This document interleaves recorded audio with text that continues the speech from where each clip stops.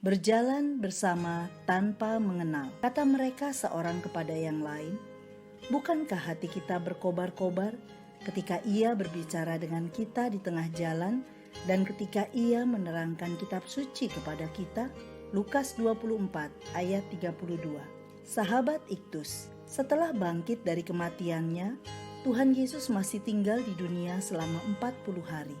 Mengapa Ia tidak langsung naik ke sorga? Ia memiliki 3 tujuan. Pertama, untuk membuktikan bahwa kebangkitannya sah menurut hukum. Kedua, Tuhan Yesus ingin memulihkan keadaan para muridnya sebelum Ia naik ke sorga. Dan yang ketiga, untuk mempersiapkan para murid menerima amanat agung melanjutkan misi Allah di tengah-tengah dunia.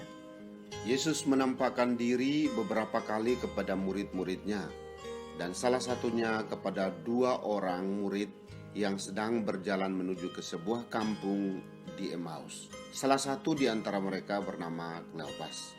Mereka adalah murid Yesus yang berjalan bersama Yesus, tetapi mereka tidak mengenal siapa Yesus. Mengapa demikian? Secara lebih mendalam kita akan memperhatikan beberapa hal penting di dalam bagian firman Tuhan ini. Yang pertama, penyebab mereka tidak mengenal Kristus. Alkitab berkata ada sesuatu yang menghalangi mata mereka sehingga mereka tidak mengenal Tuhan Yesus. Yang membuat seorang tidak mengenal Allah adalah ilah zaman ini, 2 Korintus 4 ayat 4, yaitu pemahaman yang salah tentang Mesias, ayat 21. Kleopas menyatakan bahwa mereka berharap Kristus adalah seorang yang dapat membebaskan bangsa Israel dari penjajahan Romawi.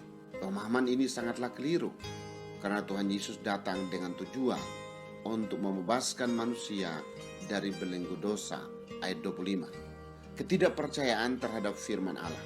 Berkali-kali firman Tuhan disampaikan bahwa Kristus memang akan mati dan bangkit, tetapi semuanya ini tidak diperhatikan oleh para murid. Bahkan walaupun Kristus sudah bangkit, mereka tetap tidak percaya. Hal ini membuat Tuhan Yesus mencela ketidakpercayaan mereka.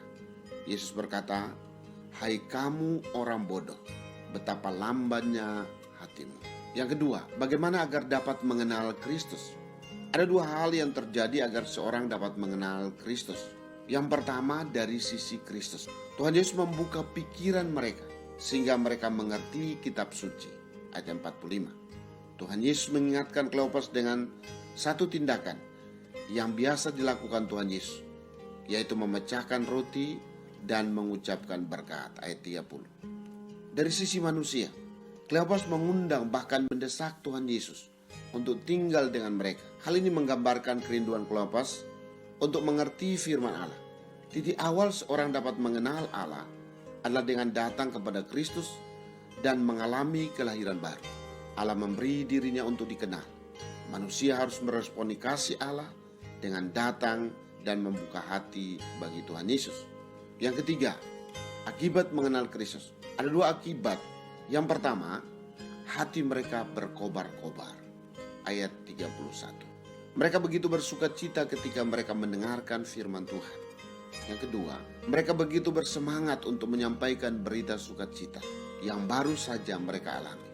Mereka langsung bangun dan kembali lagi ke Yerusalem, dan dengan penuh semangat mereka menceritakan apa yang baru saja mereka alami kepada murid-murid yang lain. Sahabat Iktus yang dikasihi Tuhan, ilah zaman ini menghalangi kita untuk mengenal siapa Yesus. Pengharapan yang hanya bersifat manusiawi, seperti mengikuti Yesus agar mendapat kekayaan, kedudukan, dan reputasi, terlalu dangkal jika pengharapan kita hanya kepada hal-hal yang bersifat sementara.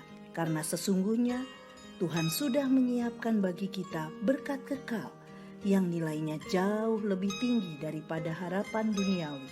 Saya seringkali tidak sungguh-sungguh ketika mendengar firman Tuhan. Bahkan tidak jarang saya mengeraskan hati dan pura-pura tidak tahu firman Tuhan dan tetap tinggal di dalam kebebalan saya. Saya berjalan bersama Tuhan, tetapi tanpa saya mengalami Tuhan dalam perjalanan hidup saya. Sahabat Iktus yang dikasihi Tuhan, apa ilah zaman yang seringkali menghalangi mata rohani saya untuk mengenal Yesus? Bagaimana cara Tuhan memperkenalkan dirinya kepada saya Dan bagaimana respon saya? Apa yang saya alami setelah mata saya terbuka untuk mengenal Yesus? Ya Tuhan Yesus, biarlah mata saya terbuka untuk melihat-Mu melalui setiap firman yang disampaikan kepada saya. Berilah telinga seorang murid yang rela belajar dan menaatinya, bahkan ketika saya melewati berbagai dinamika kehidupan. Berilah kepekaan pada saya untuk selalu mengingat-Mu dan bertanya, apa yang Tuhan mau untuk saya lakukan melalui peristiwa ini. Bakar gairah saya ya Tuhan, untuk berkobar dalam pemberitaan kabar baik, hingga orang lain pun mengenal-Mu sebagai Tuhan dan Juru Selamat. Amin. Hidup adalah sebuah perjalanan untuk semakin mengenal Tuhan. Kristuslah yang